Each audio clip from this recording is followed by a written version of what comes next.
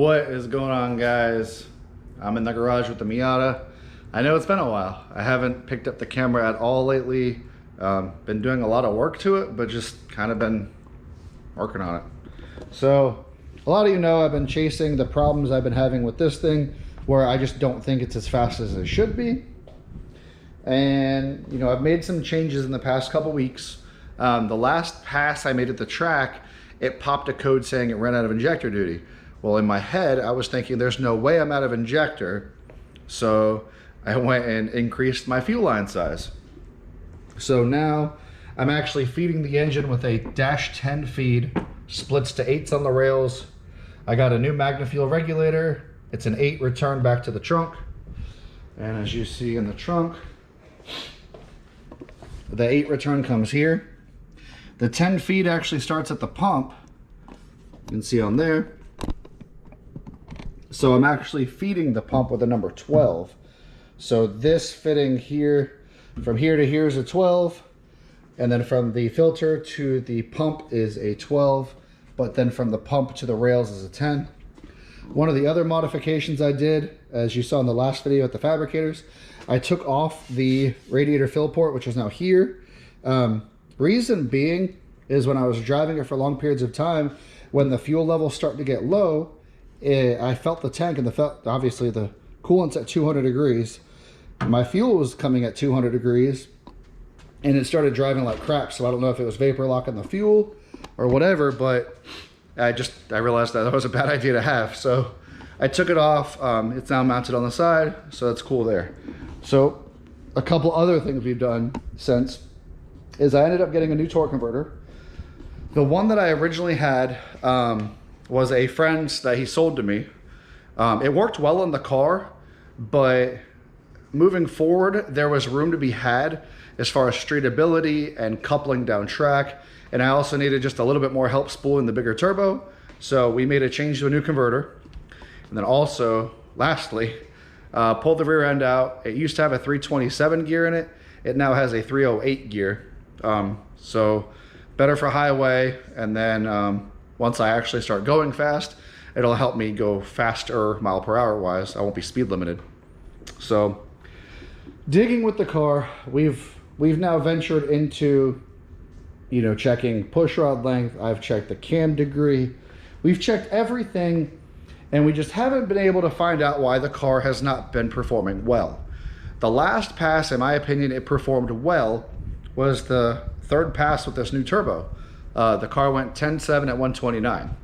Now, I didn't put much in it at the 60 foot, but the speed for the low amount of boost made me very happy. But after that, it didn't run the same. So we've been testing other things. You know, obviously you see the big hole in the bumper. So I haven't really had a good chance of testing that much because I've only made one pass on it with that, and it wasn't a good pass at all. Now, I mentioned before that I put this pressure sensor right here. I teed it into this wastegate line here. So now I actually got the data of the pressure drop across the intercooler, because a lot of people were saying the intercooler is bad. Well, unfortunately, they were right. Absolutely right. According to my manifold pressure sensor and that pressure sensor, we're noticing about a 5-pound drop across the intercooler. And they say anything over 2 pounds is bad. So, well, internet, you were right. My intercooler was not a great idea. So I've been looking through the data logs of the fuel tech. Now right here, I have 4 passes overlaid. These top 2 were when I did a private rental. So both of these were like 10.7 at 128, 129 mile an hour. This one right here, it was a 10.4 at 129. And then this last one was a 9.9 at 135. Now looking through the logs, now everything is laid over obviously. So, you know, if I go 1 second on each run, we'll notice one thing. You know, the first couple passes I made, right here, it was removing 5%. Right here, it was removing 4%. But here, removing 0.7, and this one was actually adding fuel. If we go to, let's say, 2 seconds in the run, removing fuel, adding and adding a bunch. Now, the target air fuels are about the same, 11.3. And the one thing that we kind of noticed, so now Looking at videos of the car going down track, it doesn't seem like it's got power in it. You know, anytime you see a fast car, out the exhaust, you see that big wave of heat right there. Well, my car hasn't had that in a while. Just didn't know any issues like that. We didn't know what could be causing it. We just thought the car's been lazy. So looking through the data graph, what I've been noticing is I'm gonna remove the O2 correction. I'm gonna remove the O2 reading off these. So let me give that. So the only thing we're gonna show now is the manifold pressure, RPM, and the injector duty cycle. Okay. So now, if I scroll through here, now on a normal pass, your duty cycle is going to climb with the boost, which is absolutely normal. So, you know, see it climbing here. Well, if you notice this log, it's adding a bunch of fuel. And then these passes, you know, it's adding fuel, you know, a little bit going down track, percentage-wise. So, you know, up here, let's see, I'm at about 60% duty cycle. This would be 11 pounds, 12 pounds of boost. Now, at 14 pounds of boost on this pass, I was at 78% duty cycle. And at this last pass, it was at 20 pounds of boost, I was at 96% duty cycle. So, what's odd to me is it's using, I mean, those were pretty big injectors. They were 160 pound. So you're telling me it's using another few hundred horsepower worth of fuel and it's not making much more boost? Like, that doesn't make sense to me. Well, I didn't know how bad it is to run injectors over 80%. Now, when I had the car tuned with the 76 millimeter, I want to say the injector duty cycle was about 70%.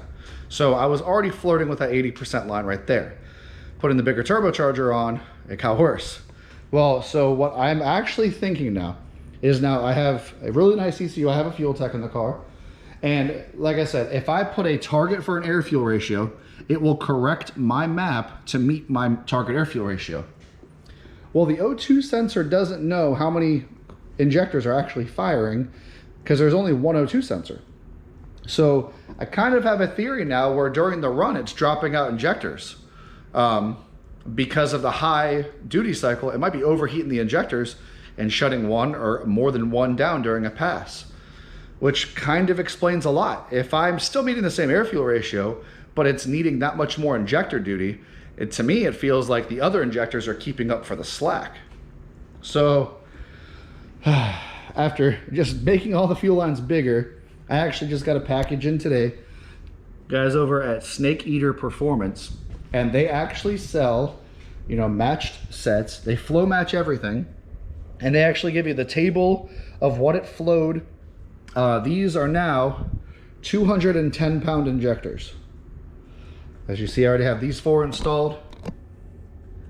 I had to get the hats because I run the tall injector bodies with the brackets, and unfortunately I threw away the other fuel rail brackets. But so I'm not making the switch to 210s, so it's going to lower the duty cycle, and I mean, I'm hoping there's some sort of a change. The other thought I had was maybe my lifters were bad, but it kind of, like, I've had people tell me that, you know, they're hydraulic lifters, so as long as I have oil pressure and the engine's not ticking, then their lifters are doing what they need to do. So this kind of explains a lot. Now, I keep thinking about it, is when you run an injector at such a high duty cycle, you're overheating them, which would cause them to spaz in and out. But since the Fuel Tech O2 correction is really good, you know, it was making that target air fuel, but on how many cylinders, you know? Unfortunately, I'm not at the time where I can put individual temperature sensors on the runner exhaust. That is something that I would like to do maybe next year. I would like to put EGTs on the car, because that would have actually told me then and there the issue. I did scan everything with a temp gun when it's idling, and everything's firing when it's idling, but when it gets to the higher duty cycle, it kind of makes sense that the injectors would drop out. So it seems, I mean, this was a necessary upgrade moving forward regardless, because if I was at 70% on the 76 millimeter turbo and I went to this 85 millimeter turbo, I need more fuel. So fuel system now I think should be good for hopefully 1,000 wheel, as long as that pump is in good shape. But so that has kind of been the status of the car now. You know, it was at Brian's for a couple weeks when I did the fuel lines, we did the converter, we did the rear gear. We also tried going to the track last Sunday, I'm going to insert the video here.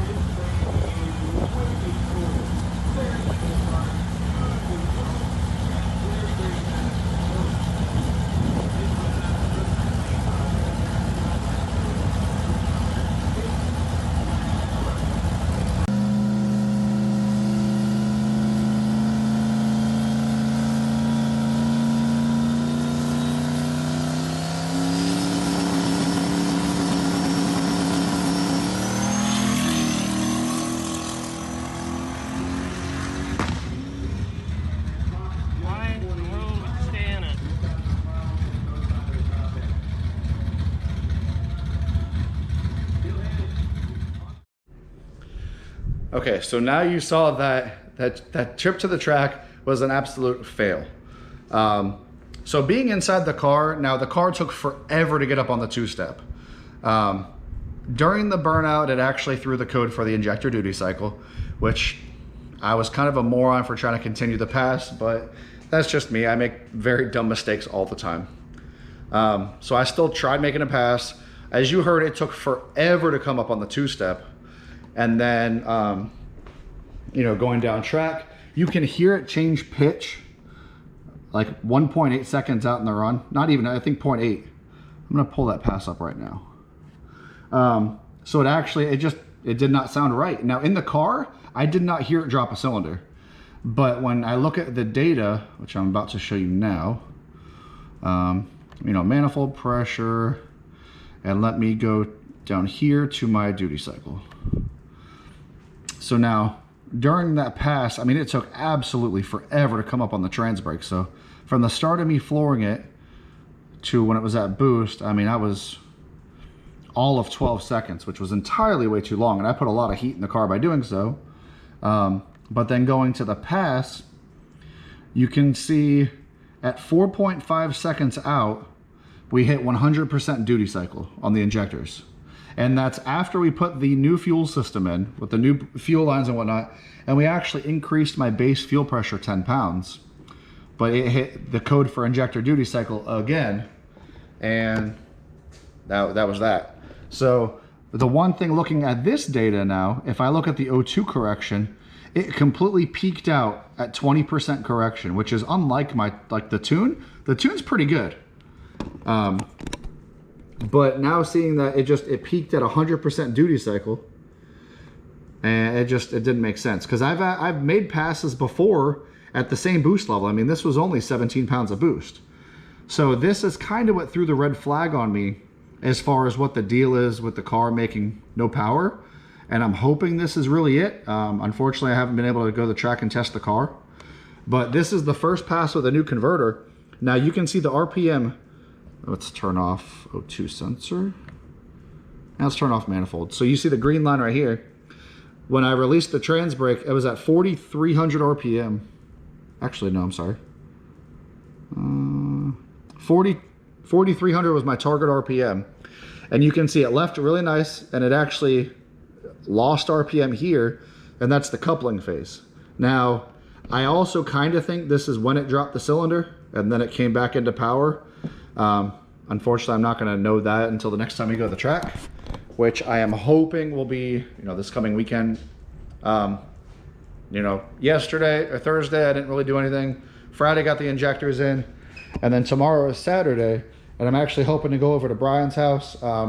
He wants me to spool it up a couple times, just make adjustments with the tune, and I also want to get some street miles on it, so that's that. I know this was a boring talking video, but I mean, I've been kind of a ghost for a couple weeks, and it's kind of weird. Like, I've been posting on YouTube, but I didn't realize that people actually looked forward to my videos. I find that kind of strange. I'm thankful.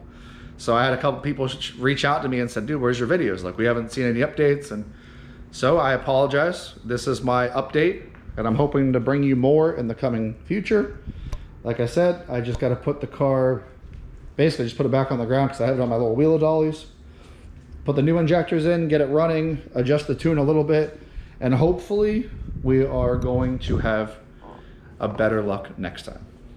So anyway, I apologize for boring you, but this is the reality of it. I've been kind of a ghost, but I have now at least explained why. So thanks for watching, guys.